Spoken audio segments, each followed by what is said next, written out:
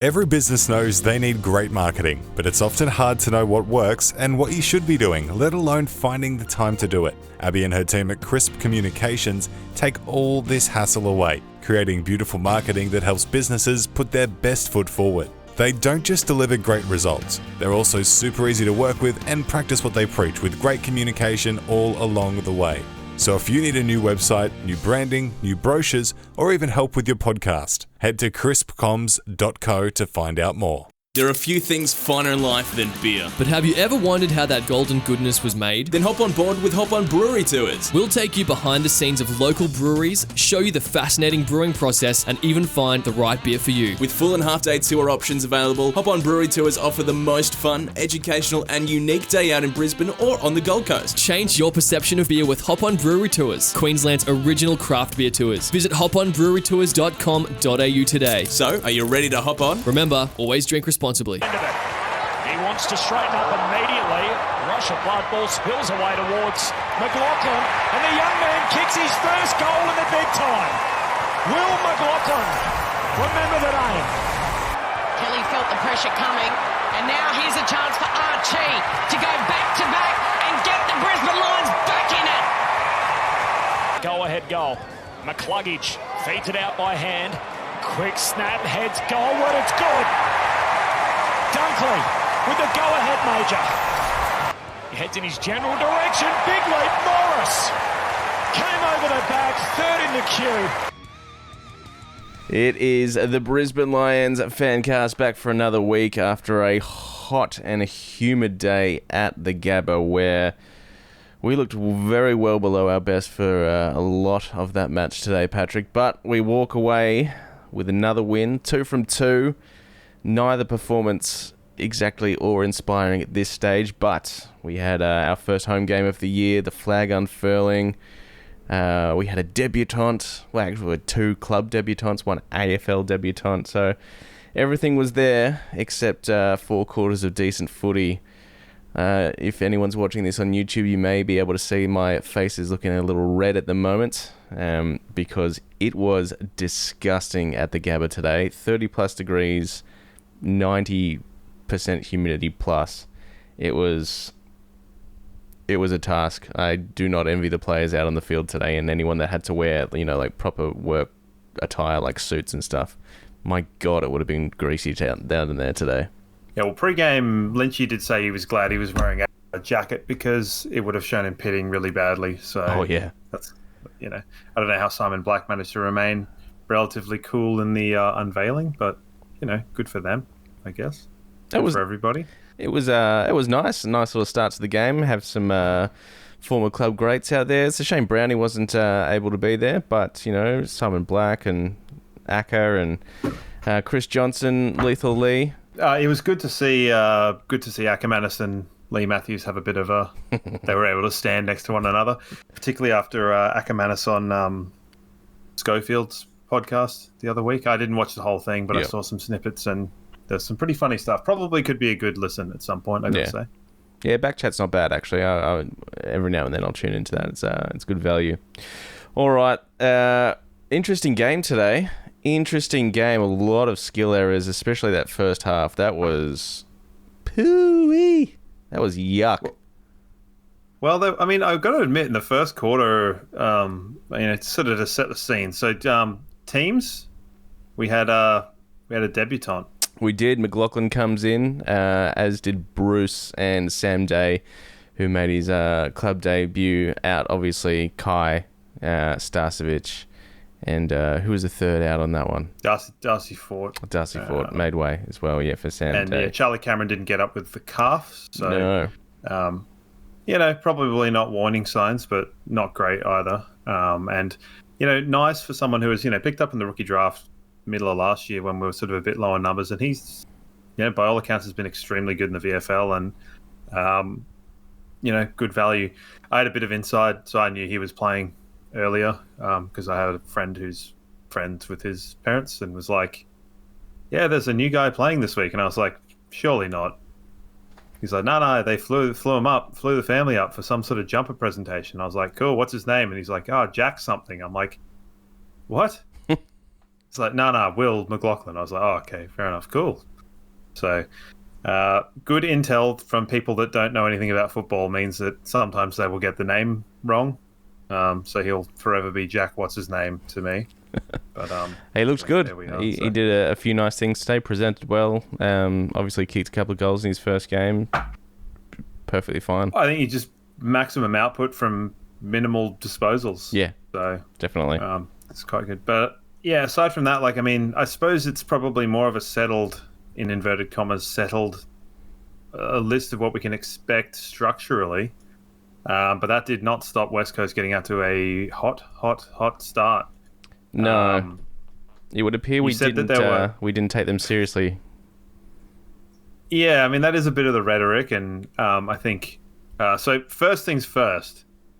Now, you know that I generally am fine with Kelly Underwood, but when she said when the Lions were running out, they are coming off the back of beating the Suns in the grand final, I immediately got my SEN out, and sure, that was curtains. So I didn't get a lot of the Fox Footy stuff or any of it, so I missed Lockie's interview. But apparently at halftime he said they did underestimate them. But what was it, a 5-goal lead that West Coast took into the sort of first quarter? Yeah, it got out to 5 goals before I think we penned one back at the sort of dying stages of the first quarter, because it looked like we were going to go that whole first quarter without scoring a goal, which was pretty worrying. And then they just sort of kept it at sort of 3 goals, and like we'd have to work so hard to get a goal on the board, and then they seemed to do it relatively easily. And they just couldn't miss.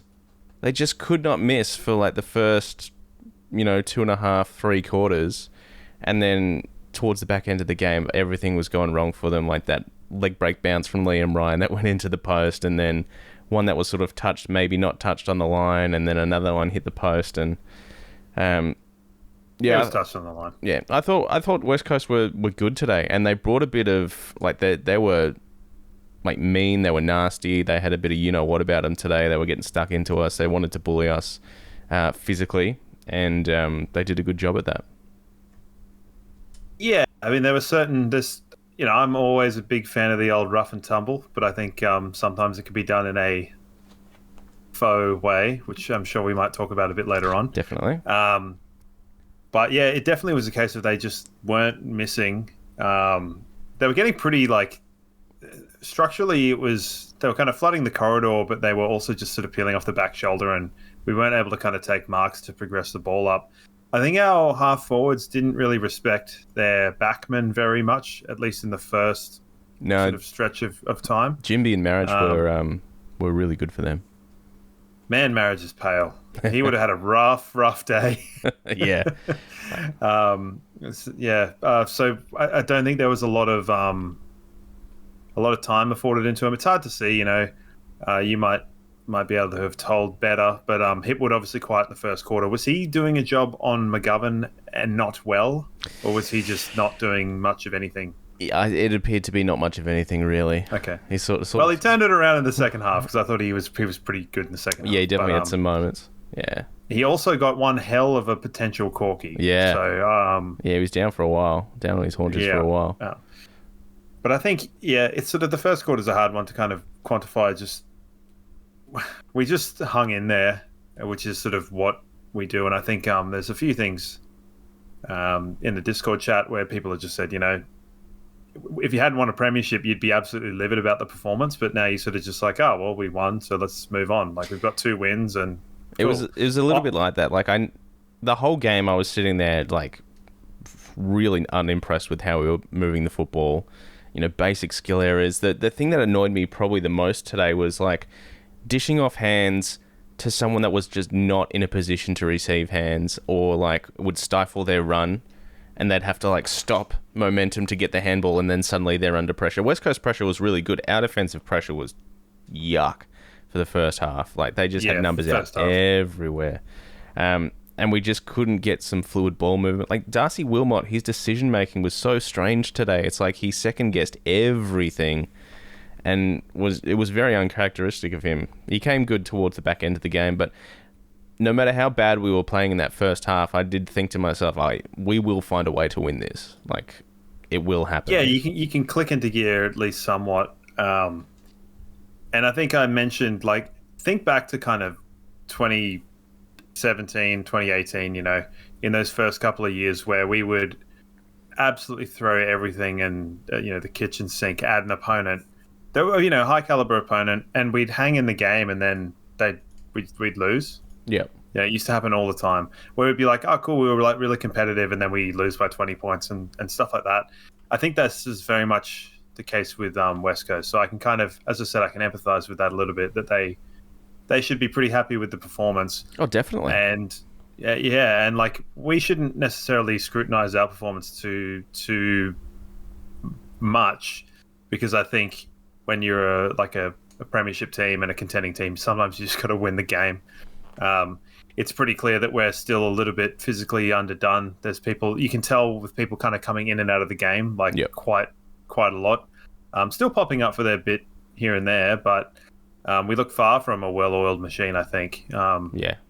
It required a big shuffle, and not a shuffle, but a big concerted effort in the second half, which we got. But yeah, I mean, funnily enough, it was a 4-goal deficit at quarter time, 4-goal deficit at half time. They were sort of just keeping us at arm's length, and it was not a good watch the first half. And then I know, and it was weird. You look at the stats afterwards, and we basically won everything that needed to be won, and our kicking efficiency was pretty good. And then I don't know, and people at the Gabba will probably attest to this today, aside from the fact that it was just disgusting weather-wise. But like the umpiring seemed so strange, like some crucial calls going West Coast way, and then to see that we won the free kick count by 12 was genuinely surprising. And I'm not saying the umpires tried to screw us out of anything or blaming them for anything like that. But yeah, the 450-metre penalties definitely helped us in the end. Yeah, they did. I mean, their one helped them quite a bit too. And there was a weird, I think the 15-metre rule thing, it's kind of not really passing the eye test for fans. It's creating more confusion out of a thing that was already a bit like, everyone knows it's kind of bullshit, but you just go with it. Yeah. I think they were creeping up on the mark a lot.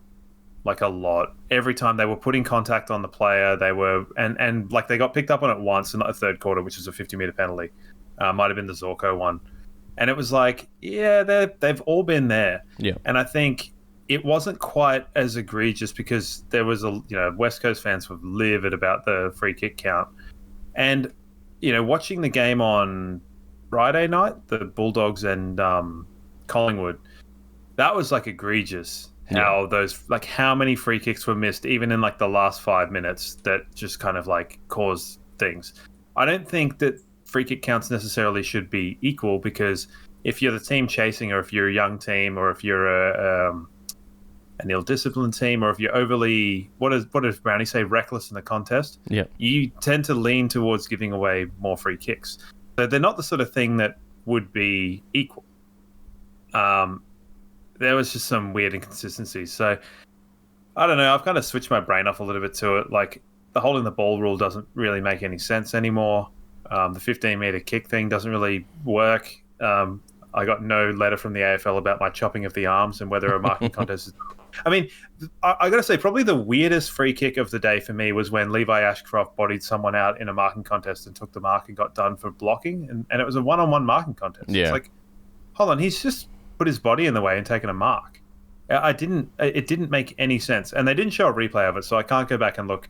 Maybe he poked the guy in the eye. I don't know. But it just seemed like, hold on, that makes literally no sense when people block all the time and he just used his body well. So the umpiring is a mess at the moment.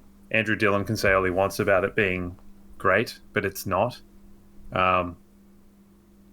Look at the bounces in the game. They were awful. The strangest moment was obviously when Will Ashcroft appeared to get a high tackle and everyone just stopped. And it was either had to be a high tackle or holding the ball. Like, it had to be one of those two. And the umpire just like, play on.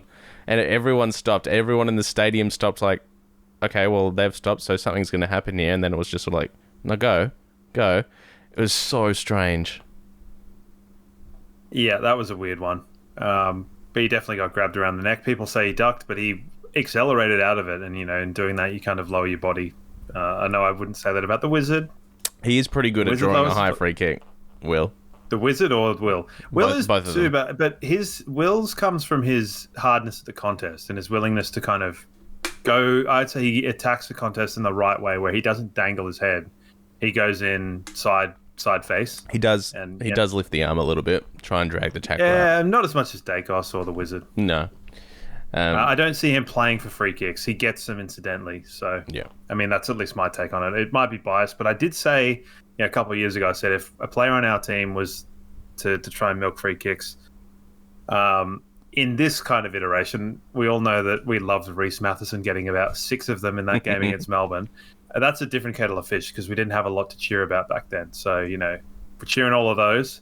Whereas now, with tangible footballers, they don't need to lower themselves to that kind of nonsense. So, the second half, man. So, was there anything that stood out to you?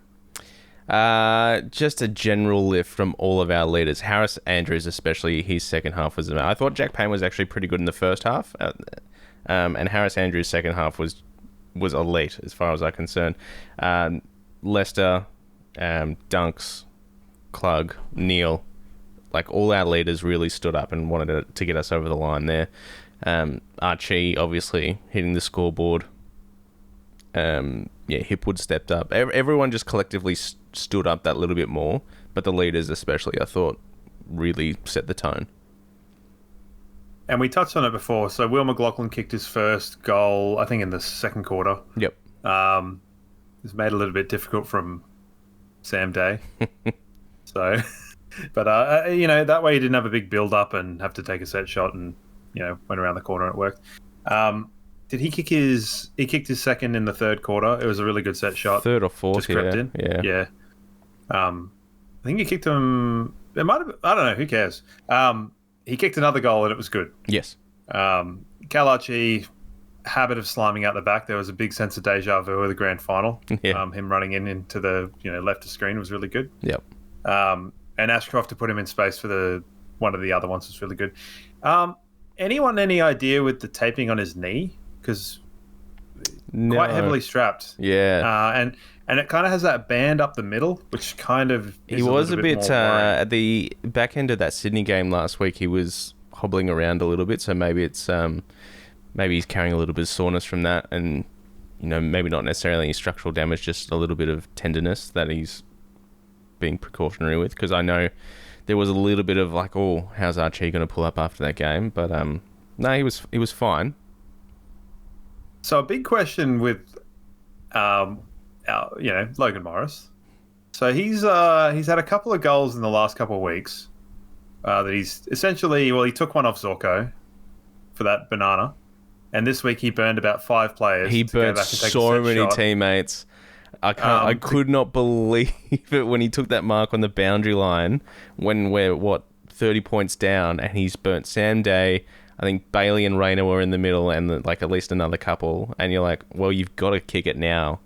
And sure enough... He did. He did. He slotted the drop punt from the boundary line. But, jeez. He did, but is it the sort of thing that he needs to have a bit of a come on, dude, you've done an inside-outer from there. You've slotted one Darcy Fogarty style from the boundary, the drop punt. Can you just open your eyes? I think I dare say when they watch the tape back tomorrow or Tuesday or whenever it is, there will be a discussion of, hey, come on. It hasn't cost us yet, but it very well could at some point in time. He had a good game though, Loggy. He had a great game. He was great in the last quarter. His contested mark, albeit also braining Kalachi at the same time, was... it was Jonathan Brown-esque, that, full-chested, over the top. I loved it. But aside from that, I think when we kind of reached parity in the third quarter, I sort of thought we were going to win. I think everybody thought we were going to win. And we did. All right, can I get up on my high horse now? Maybe. Remember Remember a couple of weeks ago where I said when Brandon Starcevich was looking to miss the first game, I said on this very podcast, well, How's this for a left field idea? Someone that we know wins his one-on-ones, is a very disciplined footballer. What about Jasper Fletcher playing down back? And who played exclusively down back today and played quite well, might I add? Jazzy Fletcher. He was pretty good. Yeah, he was. So I'm going to claim that. Yeah, look, I said it in, said it in the Discord. A broken clock is right twice a day. So I'll say that one to you. It was hard. Admittedly, it was quite hard on the television to get a sense of the structure and who was actually sort of playing down back, because there was a lot of bringing the half forwards and the half backs into the contest. So it was really hard to kind of actually gauge who was where. A lot of the time, Fletcher looked like he was sort of sitting behind the contest as he would as a winger almost anyway. Yeah. So it might have been a case of his role, whilst being predominantly down back, he was starting and doing similar things, but in a more keeping an eye on him sort of a way. So, but well done, Senor Brooks. I thought Noz was really good today, across the day as well, actually. He had some really good moments. I thought, he's just been a really solid contributor since he's come into the team last year. He's virtually undroppable. Yeah. At this point in time. He's kind of in that echelon of just play, the glue players, the ones I've talked about in the time, but, the sort of ones where, there's a few from GWS that have all left all at once. Look at Peatling, the other guy, and the other one coming, and who's that other Burke? I don't know. Yeah, one of them. They're all the same. Yeah. They're kind of like weird role players that you kind of would quite like to have on your team a lot of the time.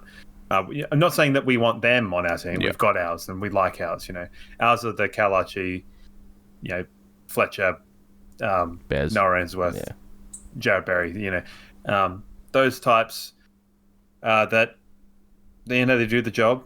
And you've got to have some players that are not going to get a billion touches every week. It's just not the way that football works. We've done that to death, where if everybody played to their full potential every week, we'd win every game by 200 points, and that's just not super possible. So Harris definitely had a really good last quarter.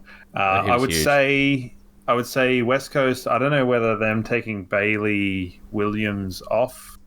Yeah, I think that was a mistake. At the ground, was that tactical? Because we don't know. It's just he's off now, and then their other ruckman, he was hobbling, and then he was really hobbling later on. So then Jimby was doing ruck work.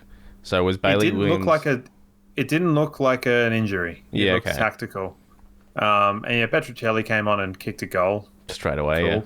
But Bailey Williams kind of has that Riley O'Brien type thing where he kind of negates Big O quite well. Yep. So I don't think that was a good choice for them. No. Maybe it was an injury. It didn't seem like it though. So. And maybe he was just cooked because it was 1,000 degrees and. Yeah, but I mean, the other fellow was his second game or whatever. Yeah. Archie, whatever the hell. Archie Reid, yeah. And he, he looks like he's got a lot of potential, but have fun. But if you can't run, you can't ruck. Yeah. So, not going to work. What did you make of Sam Day today? Not the best day to decide. Yeah. If that makes sense. Yeah, I'm going to reserve. I think I'll reserve judgment, but not impressed. I'm not sitting here going, yeah, that's our guy. No. I still stand by the fact that he is pretty much the same as Josh Walker. he very much gives Josh Walker. SEN made kind of fun of the fact that he did his best Joe Danaher by missing a quite easy set shot. I'm sure everybody had that thought. Yep. But he was there. He's pretty slow. His ruck work is fine, I guess. But I'm kind of just hoping that Henry Smith becomes a good player soon. Yeah, and he played all right in the twos. Cam Rayner was nowhere today, basically. He had a good tackle. Yep. And that was about that. He laid 8 tackles, but yeah, as far as impact with the ball, slim to nil. It's okay. It's early days in the season, and it's just I wouldn't accuse really any players of not being fit, but he doesn't look quite as Cam Rayner-ish as we know Cam Rayner can be. And maybe that's just a case of over the course of a season, they kind of, Well, like we look said, a bit he more, he was our best on in the first quarter last week, and then sort of drifted out of the game. He didn't really have much to speak about today, unfortunately. So hopefully he'll be bouncing back next week against the Cats, who look like they'll be without Tom Stewart, which is obviously a good get for us, and who knows about Bailey Smith and all that sort of stuff. All right, do you want to jump into some votes? Thanks to Hop On Brewery Tours. Book yourself a half or a full day tour across the Gold Coast or Brisbane at hoponbrewerytours.com.au. Would you like to tee off today? Yeah, I might as well. This is going to be haphazard as all hell. I'm going to go 1 vote to Calamachi. I'm going to go 2 votes to Harris Andrews and 3 votes to Lockie Neal. Fair enough. I'll also go Neil Andrews for 3 and 2. I've got Berry as my 1 today. I thought he was consistent across the whole day. He cops a lot of physical heat. He does. Jared Berry. He's a nice guy, and he just cops it all the time. And he had to stand under so many balls today. And when West Coast was looking to try and impose themselves physically at every opportunity, like it was always him or Zorko. Yeah. Yes, Zorko copped it a bit today. So shall we talk about the Harley Reid? Yeah, okay. Well, we have got a question here as well from Ross. Is Reid really... Is that like a fast track straight in there from the MC Ross? I'm not sure. Yeah, well, this has just come through. We've got 2 unsolicited questions, so I didn't really have time to do it today. So we will address this one from Ross here. Is Reid really such a great get? 15 disposals, 0 goals, and 6 winding actions. It seems like he needed that guy's tissues. Look, he's not... The last 2 weeks have not been good for Harley Reid, have they? Flopping. Like, that flop last week was disgusting. He did 2 of them today. Yeah. He did 2 that were not free kicks. One was a brush across the hips, and he went down like a sack of shit. I think, and this is casting certain assuasions. I said I wouldn't talk about a footballer's fitness level, body type, whatever. I'm not going to talk about our blokes. Talk about Harley Reid. He looks like his diet's shit. He looks doughy. He's got so much talent, and he's got the burst. Yeah. I mean, and we saw bursts of it today. Like, how many tackles did he break when he got that inside 50? But I don't know. And maybe it's a case of the intense scrutiny he's under and pressure and all this sort of stuff is adding to it. But he just looks angry, and he'd much rather mouth off and act like a dickhead than let his footy do the talking at the moment. Yeah, he doesn't look like he wants to be there. I don't think he'll be at West Coast next year. No, and I think everyone's talking about that, and maybe it's adding to it as well, and he's just not knowing how to really process all this pressure and emotion, and he's just coming out like as this angsty kid. I dare say... He does look a bit like early 90s Silverchair. A little bit. Like, to get him a drum set. I dare say Kane Corns will have his say either tonight or tomorrow at some point with something to do with Harley Reid, because he's not winning many fans so far, I would have thought, in 2025. No, definitely not. Like, it was very exciting at times. Definitely, I think I sort of took note. Maybe Gather Round, I think he might have played pretty well against Sydney. Yeah. And then that game against Melbourne, he was fantastic. And he just was fun to watch. It looked like he was enjoying his football. He doesn't look like he's enjoying his football. And maybe that's because McWalter's more of a system kind of coach rather than like a one-on-one, you go and do your thing. Because it doesn't look like he has a great deal of allowance to express himself in the way that he probably would. But maybe learning good habits on how to be a footballer and being a professional would be the goer here. I did hear someone during the week, I don't know who it was, probably some you'll probably know, like talking about getting like a role model figure in for him if West Coast were going to retain him for next year. Yeah. Like, who would there be, It looks like he has no respect for anybody. The way that he's mouthing off at, like, Brownlow medalists and premiership players and 300 gamers, and you're just like, okay, this guy clearly doesn't care. And it's not even like a good kind of like he's got a bit of attitude and he's got a bit of like go to him. It's like, nah, he just has no respect. He thinks he's above it all. And it's either a case of like he's just been built up that much through his junior footy and by the AFL media and the West Australian footy media, and he genuinely believes that he is, you know, his shit don't stink, or it's all coming in around him and he's, like I said, doesn't know how to necessarily process all that pressure, and he's just got this me against the world attitude and he's just lashing out. So I don't know. I'm not going to pretend to know the first thing about the kid, but yeah, he's certainly not making many fans. That's all I'll say. No, and you know, that's fine. So we've got two Ashcrofts. Mm-hmm. Levi got done taking a mark and then went to take a kick and didn't, and then got pinned. Yep. He didn't actually take a step off the line. I think that wasn't holding the ball. He will get suspended at some point in time because he is of the two.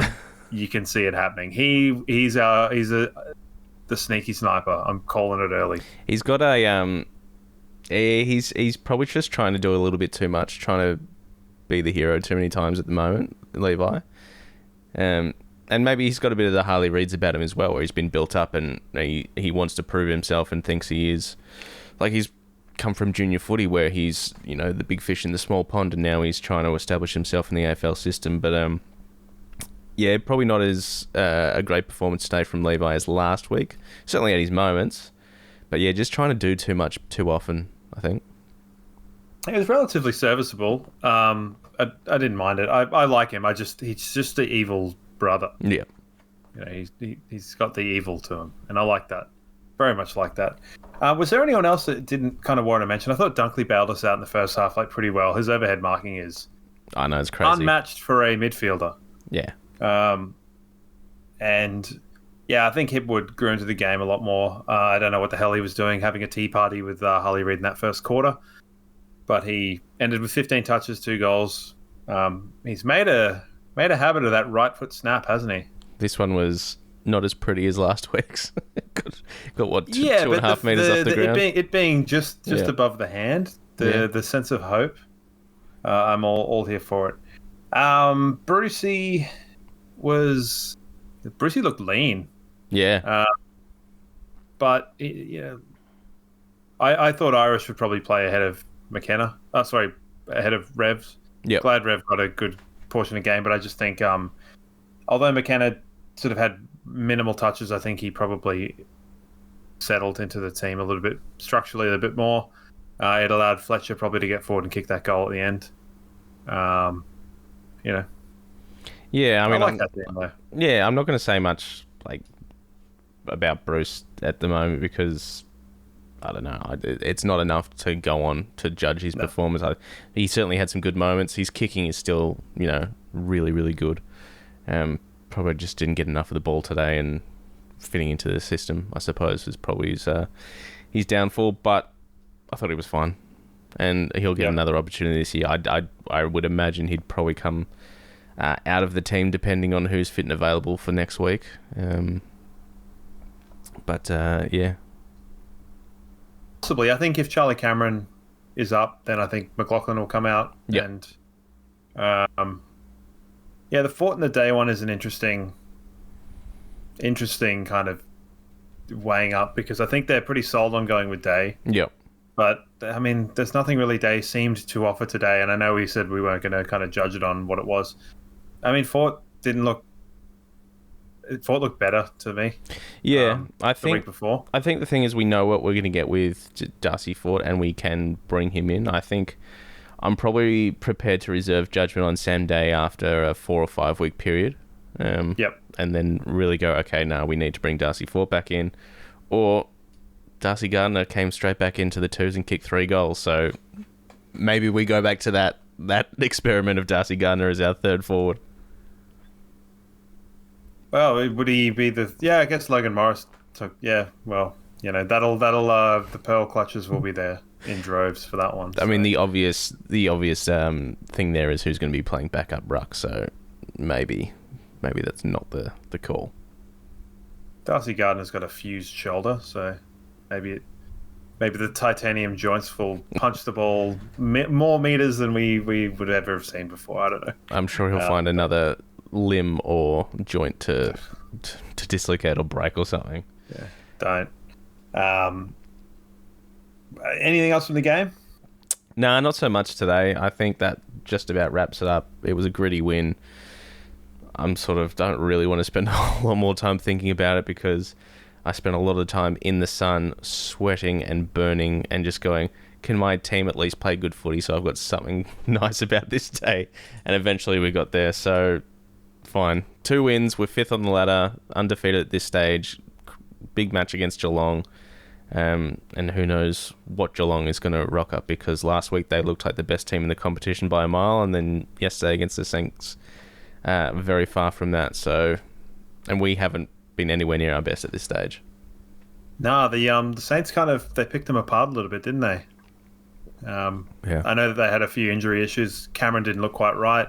Obviously, Bailey Smith not there, and Tom Stewart with the knee. But yeah, it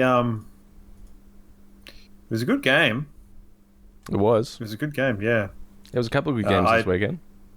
Geelong, I got to say, with that game, Geelong threw that game so hard. Like, they should have won about 10 times and just couldn't put the ball in the sticks. They were cocking everything up, and it was really funny because that's been us. Yeah, and it's been us, and we've grieved through it, so now we can laugh. Well, they're going to want to bounce back next week, that's for sure. And who knows what sort of team we're going to put out there. I would imagine Stas is probably still not good to go. He could be. We might get the injury update on Tuesday, and he might have ticked all the boxes, and they'll go, yep, get back out there. But I dare say he'll still be facing at least another week or two, at least, on the sidelines.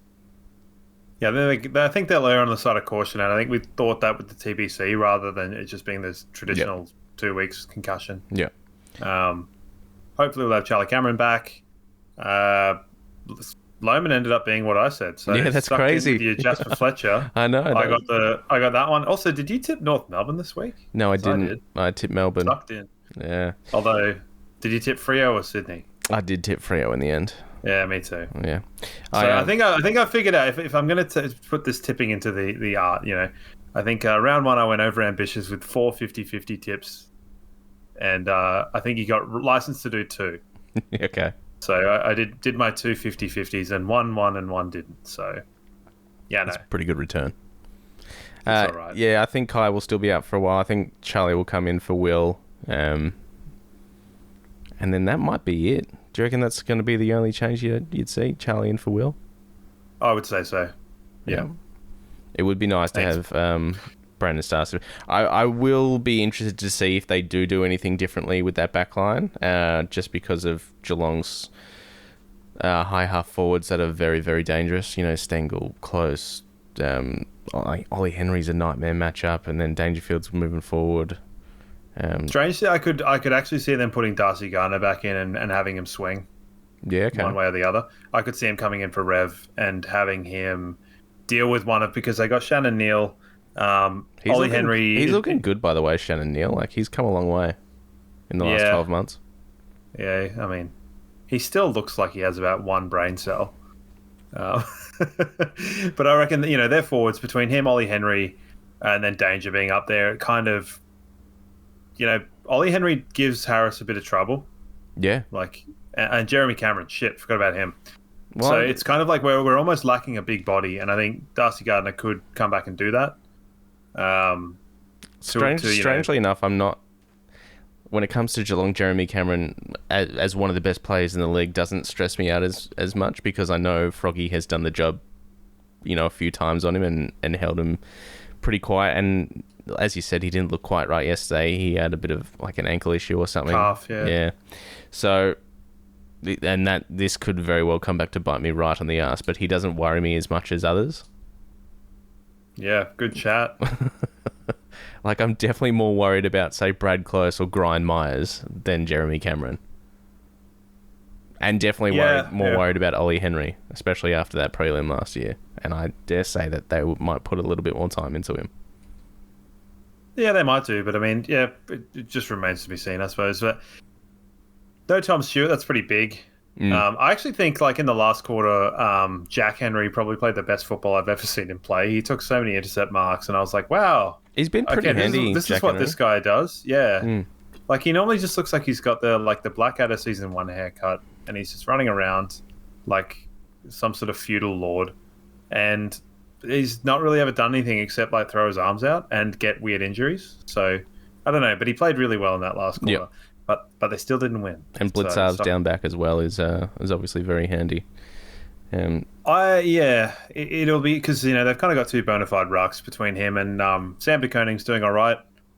Obviously not quite at the Tom de Koning level, but he has won a game of football. So what does that tell you?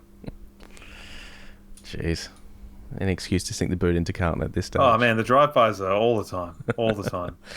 Fair enough. All right, we will get to the one question that we did get through via email, believe it or not, thanks to Crisp Communications. If you've got a small business... I'm half expecting you to get one. Sorry, I'll let you do the ad, the sponsor. crispcoms.co if you need any marketing for your business, whether it's email marketing, if you've got a podcast of your own, social media, any of that sort of stuff, chat to Abby and the team at crispcoms.co.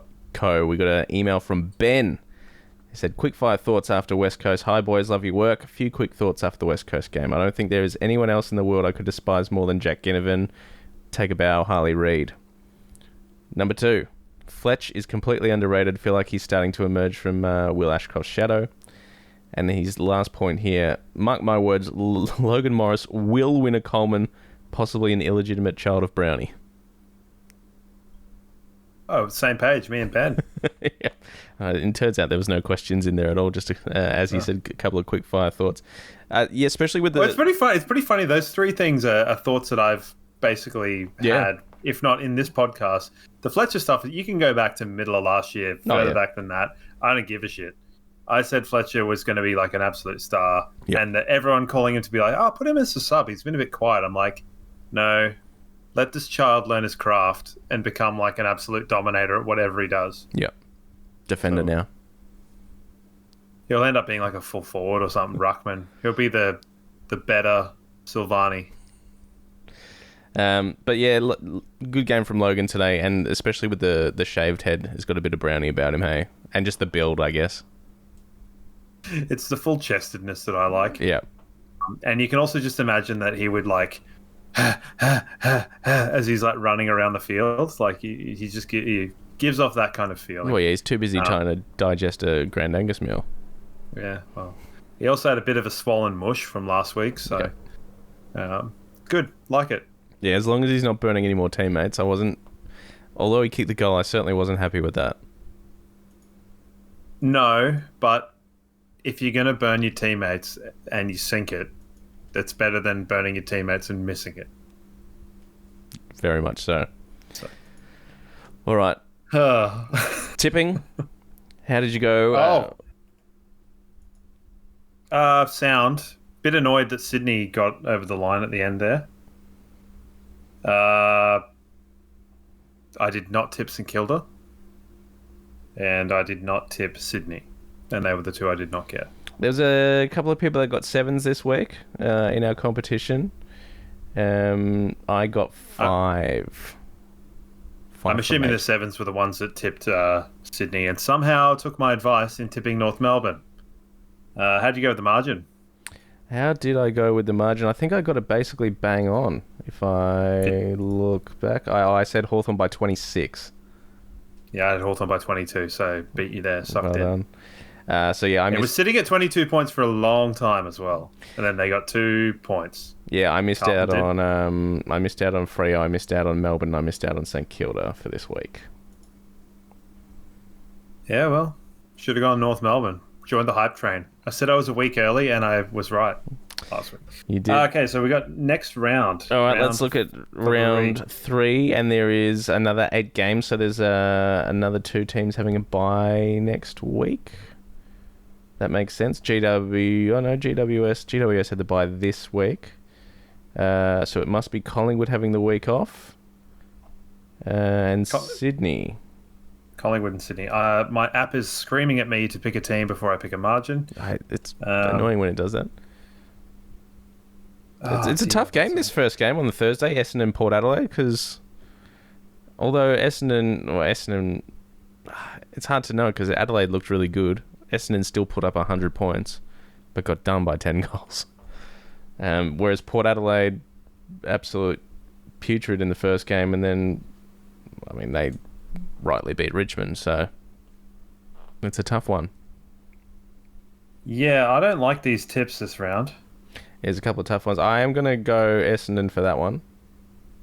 Marvel Stadium. I'm going Essendon, Carlton, Melbourne, Saints, Lions, Adelaide, and Fremantle. And I've got to figure out the Hawks and the Giants. That's a tough one, isn't it? It's at the it's UTAS. Okay. Which, I mean, GWS fancy themselves as the old Globetrotters. They love travelling. Yeah. But yeah, Giants. I think I'm inclined to agree with you there. I actually think the Suns might beat the D's.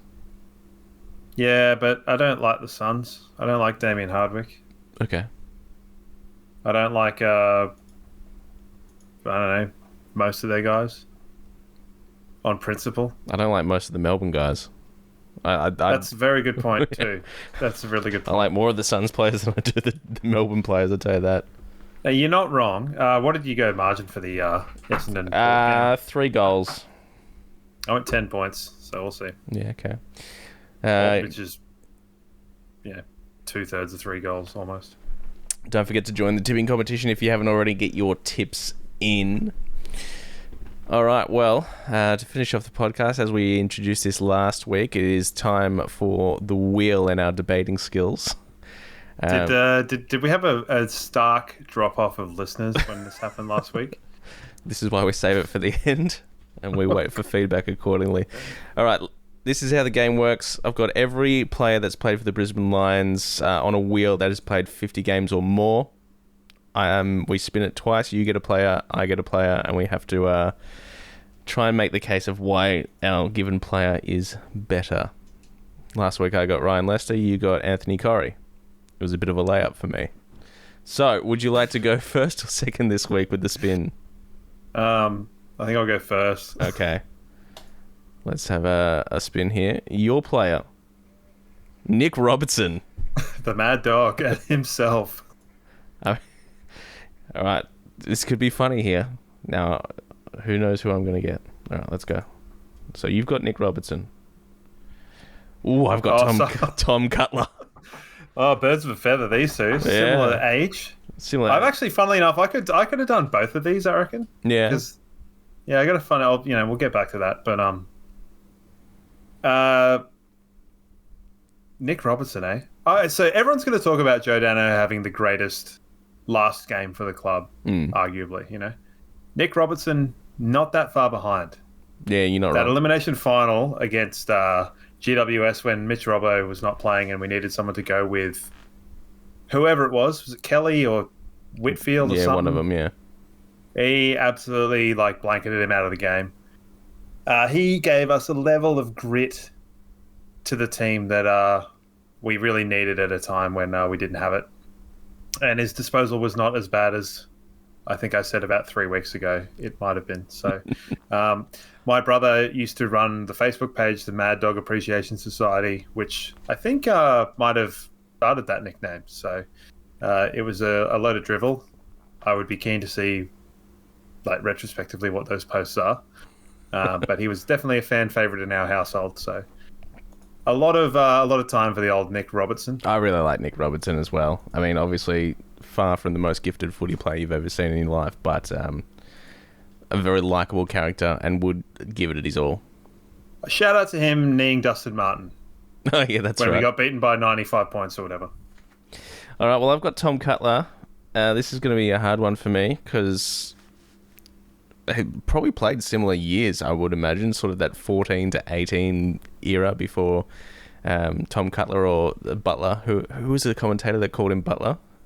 It was BT. Yeah, before he moved on to Essendon. Great kick of the footy, Tom Cutler.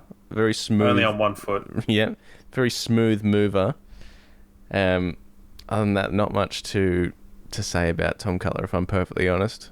He played in a team that didn't do much. Old Tommy Cutler. And then moved to another team that also didn't do very much and didn't play many games for them either. Although I think Tom Cutler was part of the Brisbane AFLX team that did take home a trophy, so he's got more silverware than Nick Robertson. I do. Yeah, more silverware. So it's got bigger biceps. Yep. He's got some large biceps, I'll tell you what. Kicked the goal in that, I think that win over Hawthorn with Matty Eagles. So he's got That's that to share right, with yeah. that. Hodgie's first win. Geez, not much going on there between those two players. I think one of the big things that I remember about Tom Cutler was just not having a left foot and kicking it out on the full. Yeah. And Fagan losing his absolute mind. It might even have been in that Essendon win down at Docklands. Yeah, okay. In 2017, but I could be wrong. Don't quote me on that, but he was probably there anyway. So, two of the not great transitional era. No. But that's what the game's about. Who knows who will spin up next week? That's a bit of a dead heat. So, who won that one? Don't know. We'll throw it open to the people. Check it out on our socials or our website, brisbanelionsfancast.com.au. All right, the Cats next week.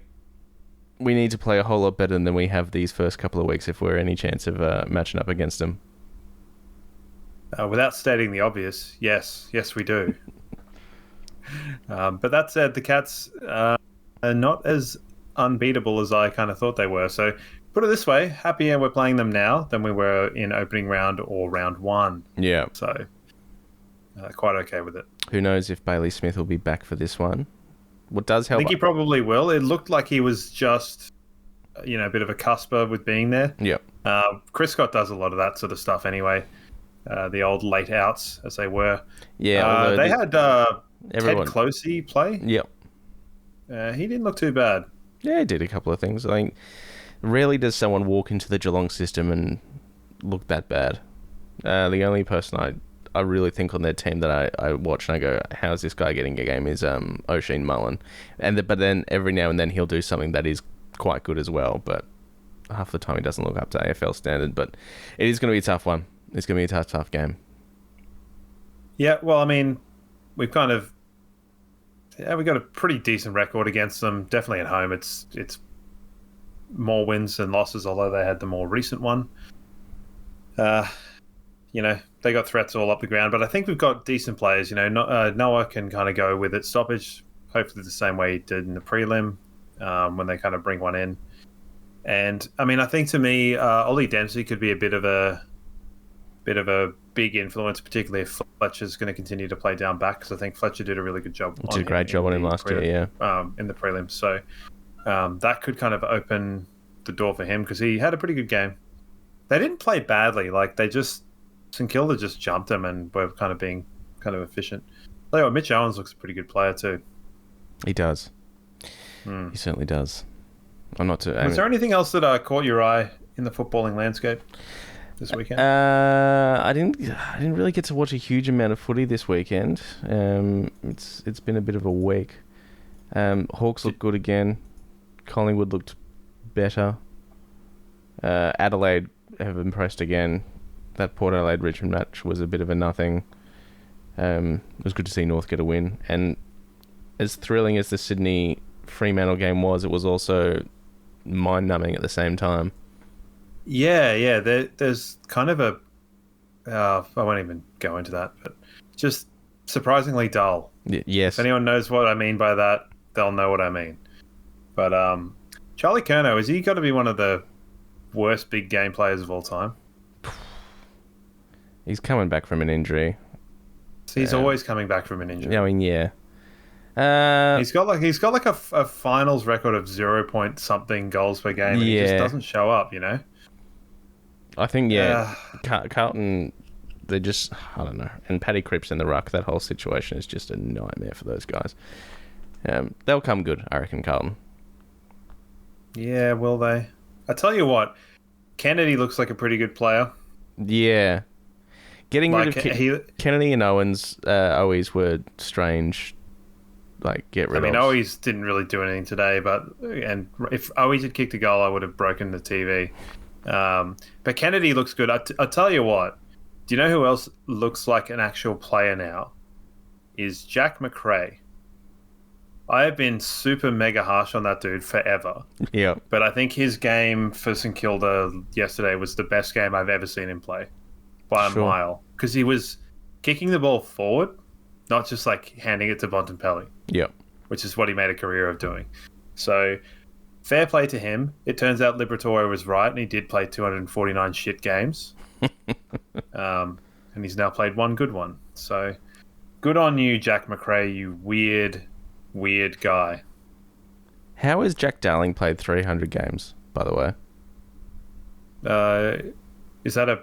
What does that question mean? Like, key forwards... Are you saying that he looks like he hasn't? Or no, it's just like I don't remember him being in the system for 300 games. Like, I feel like he hasn't been around for that long. Key forwards rarely get to 300 games. It's just strange. He just doesn't seem like a 300 game player. Did he predate Kennedy?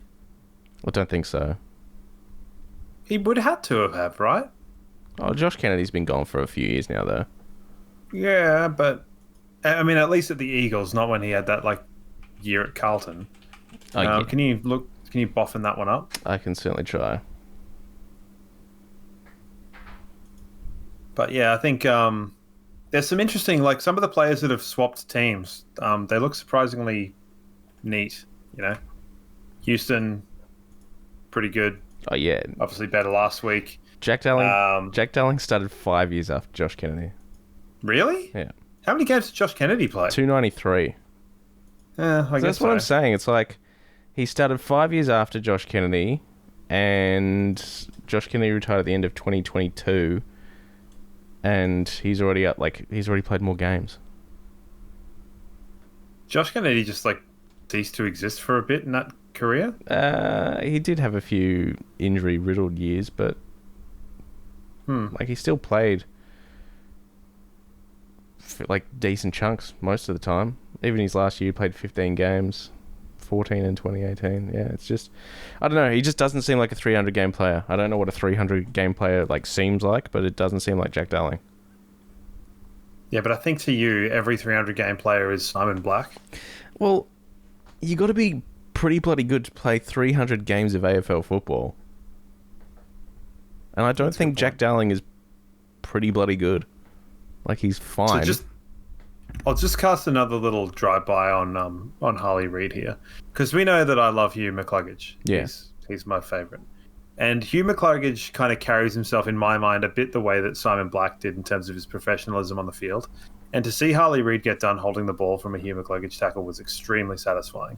Because I made mention, like, seeing Simon Black get like a kind of like a dog and tackle or, you know, free kick for doing the hard stuff, which he always did. Yep.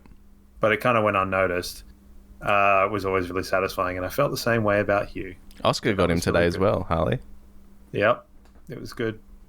It was good. And Froggy did like 2 tackles in one action. That was also amazing. Loved it. Oh, tackling was good. Well, it had to be, because it certainly was barely existent in the first half. So we had to really lift, so I'm glad we did. All right, that'll wrap things up.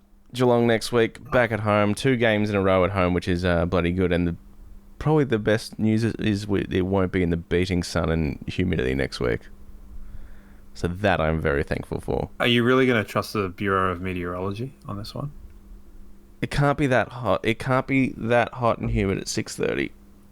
Like 6:30, right? Yeah, it was midday and the sun just beating down on everyone today. It was piss. I definitely, when I was watching it, was like, God, this game looks horrible. Sucks to be Brooksy. I said verbatim. Yep. So, sucked in. Are you going to watch the replay, or have you already watched the replay? Or I might watch some highlights, but I'm not dying to watch the replay, no. Yeah. Well, you should. Do your job. Righto. This is... Unfortunately, we don't do it on a Monday morning where we both have the chance to watch the replay, or, you know, you've had the chance to watch the game. So, it is what it is. All right. See you next week, folks.